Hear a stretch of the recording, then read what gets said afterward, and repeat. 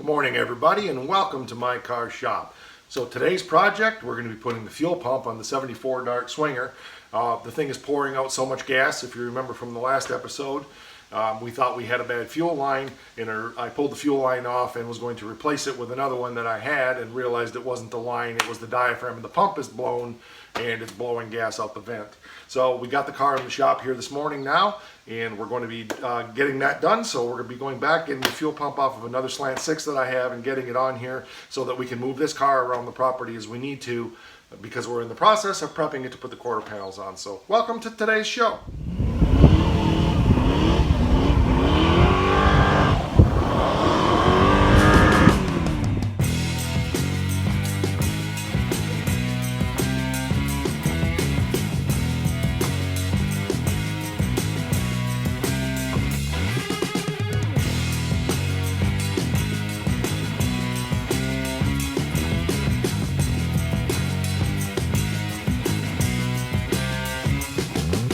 Okay, so as I mentioned, today we're going to be replacing the fuel pump here on the 74 Swinger. So let's get started on that project. Okay, so we're back here in my engine room, and I've got the Slant 6 here. It's actually out of Brad's 73 Swinger, and he put a 318 in that car. We're going to be doing an episode on that soon when we fix the transmission torque converter flex plate problem in that. But anyway, this has a new fuel pump on it, so we're just going to be pulling the fuel pump off of this and putting that on the 73, because right here is a very low mileage complete 318 out of another 73 Dart that I got from my buddy Charlie down in Kentucky, and this motor is going to be going in that 74 Swinger eventually. But the first thing we want to do, of course, is get the car moving around, because I don't like having cars around the property that don't start and run. So let's get this fuel pump off here.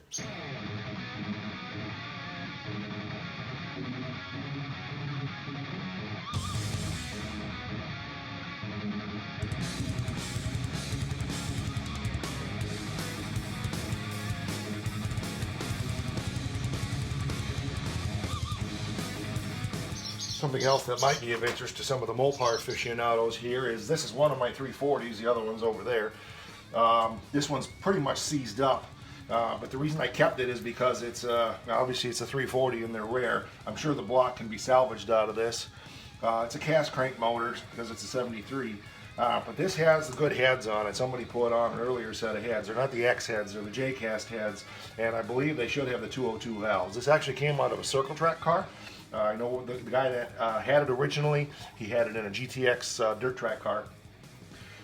So a buddy of mine bought it from him, and then I ended up getting it for my buddy. So anyway, it's supposed to be a good block as far as we know. Of course, we'd have to send it out and get a magnet flux. I don't have any plans to do anything with it in the near future. It's going to be a job to get it apart, because a lot of the bolt heads are rounded off and so forth from rust. But it can be taken apart with some time and some effort, and salvage the heads and hopefully salvage the block out of that, and be a good 340 for somebody, because I'm probably not going to keep it. I'll probably sell it at some point.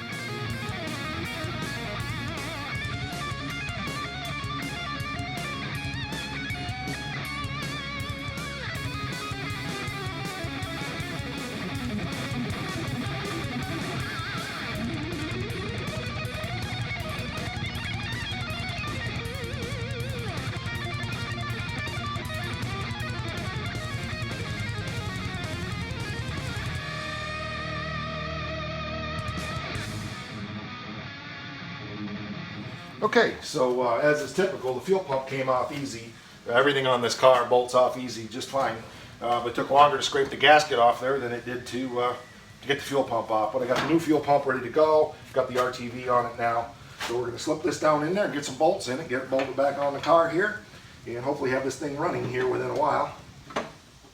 There's a lot of other things I could be removing that might make life a bit easier, but I'm trying not to, just because the more things you remove, the more potential there is to break on an old car, and it's just not necessary if you just take your time and be a bit patient.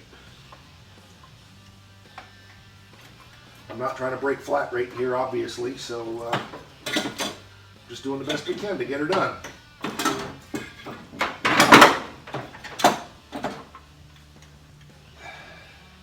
Someday I'm going to upgrade my lighting game here and get some of those magnetic lights that are very pinpointed and spotlight into things. These Big Trouble lights are nice. It's all I've ever used, but I see the way those new ones work, and I think, you know, I probably should get into 20th century or 21st century or whatever the heck we're in now, and get on with it and buy some other stuff that will make my life a bit easier. But it's what I have, so it's what I use. I did just pick this one up not too long ago because my other one, my fluorescent one that I had forever, finally died. Stuff just doesn't last anymore. I was commenting on that about the Trouble Light, or the plasma cutter. It's only 35 years old. I don't know why they don't make things to last. I spent some time in the last week working on that, trying to diagnose its problems.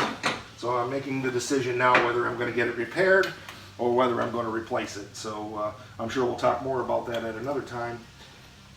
What's going on here? There we go. Well, that's where we're at with the plasma cutter. So there's been a lot of things going on behind the scenes here on the show that I just haven't put on, or in the shop that I haven't put on the show. Like the plasma cutter diagnosis and tear down on that. It's over on the bench there all apart, waiting for me to decide what I'm doing. I've got a little more diagnostics to do on it to determine ultimately what needs to happen with it. But such is life.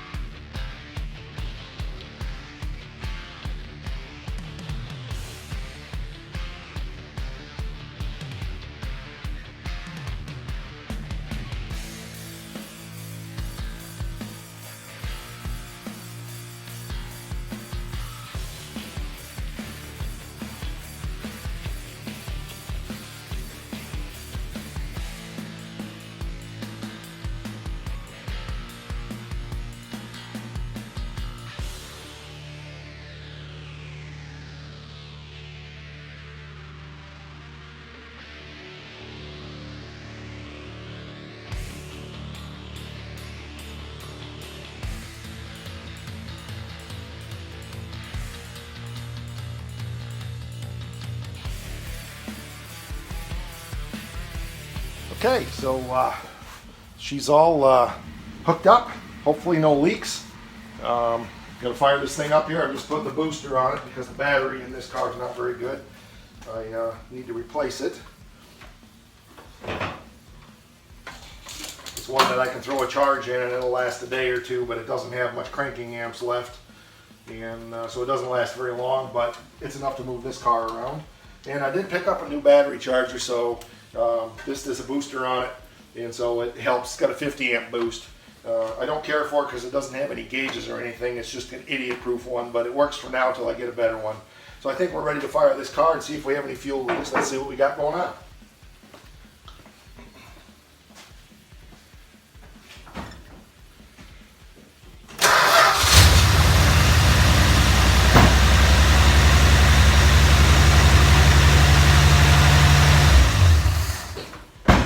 Good, except it's missing because, as in the last video, if you remember, I didn't put one plug wire back on.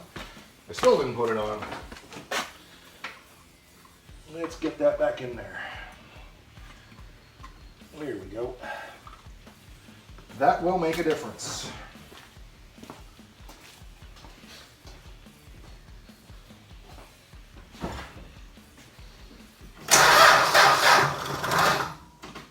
Huh. It's not good. Must not have a good connection here. There we go. I think I heard it spark. Huh. Guess we're going to have to wait a minute. Stay tuned.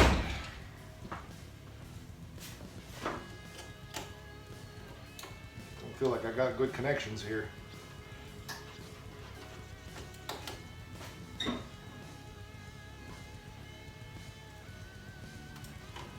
There it goes.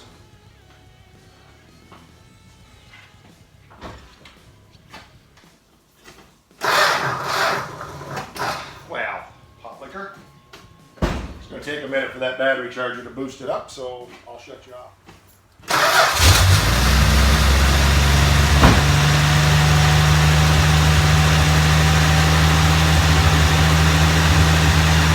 see if we have any fuel leaks here, and we should be good to go.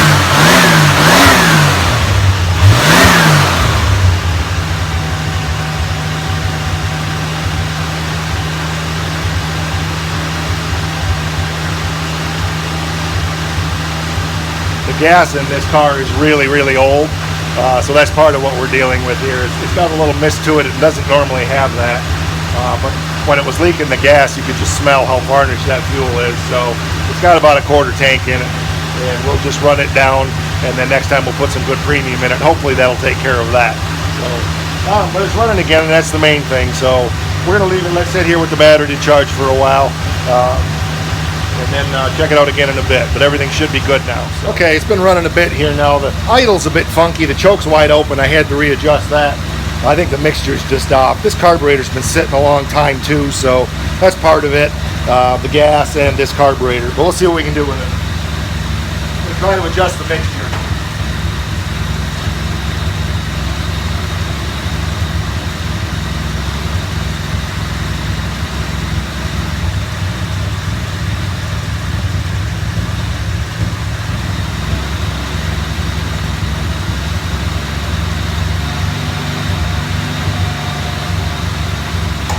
Yeah, it was a bit lean.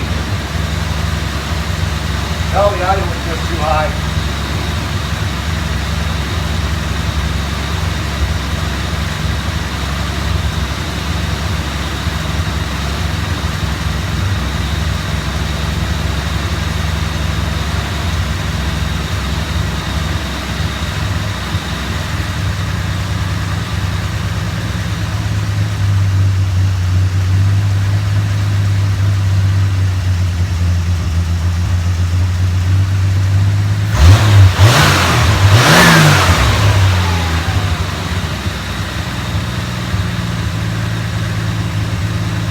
Not bad. Let's see what it does in gear. Oh, can't do that. Can't do that. Car has no brakes. We don't want to do that. We don't want to hit the 68, or we don't want to go flying out in the yard. I blew a brake line a while ago, and I just never bothered fixing it because I knew we were going to do a restoration on it. So it's running pretty good there now. I'm pretty happy with that.